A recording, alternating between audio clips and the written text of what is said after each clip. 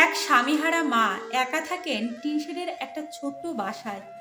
পাশেই তাদেরই জমিতে ছেলেরা বিশাল বাড়ি করে স্ত্রী সন্তান নিয়ে থাকছে। এই মাকে জিজ্ঞেস করেছি, খারাপ লাগে না আপনার?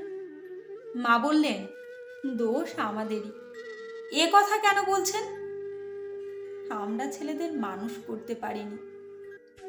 অবাক হয়ে কি দেখি জানেন? এই মাই রাত 11:30-12টার দিকে বিশাল বাড়িটার দারোয়ানকে এসে রোজ জিজ্ঞেস করছে, ছেলে বাড়ি ফিরেছে? যে ছেলেরা তাকে পাশের একটা টিন শেডের বাসায় একা ফেলে রেখেছে, সে ছেলেরা বাসায় ফিরেছে কিনা মা রোজ এসে দারোয়ানের কাছে খোঁজ নেন। আমার মা সেবা যখন অনেক অসুস্থ ছিলেন, আমি তখন পর্তুগালে একটা বিশ্ববিদ্যালয়ে পড়াচ্ছি ভিজিটিং ফ্যাকাল্টি হিসেবে। ব্যক্তিগত কারণে ওই সময়টায় খুব মন খারাপ ছিল। এক সন্ধ্যায় খবর এলো মার শরীর খারাপ। ফোন করলাম। মা আমার গলা শুনে কি বলল জানেন? কিরে, তোর কি শরীর খারাপ? ঠিক মতো খাওয়া দাওয়া করছিস তো?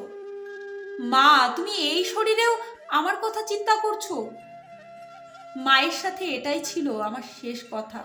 পরের দিন মা পৃথিবী ছেড়ে চলে গেছেন না ফেরার দেশে। মৃত্যুর আগ মুহূর্তেও তিনি তার সন্তানের শরীর খারাপ কিনা খোঁজ নিচ্ছিলেন। মায়ের জাত বড় আজব জাত। যার মা নেই সেই কেবল জানে মা কি জিনিস। বাবা মা বেঁচে থাকতে তাদের আদর যত্ন করুন, নইলে বাদ বাকি জীবন আপনি শান্তিতে ঘুমোতে পারবেন না।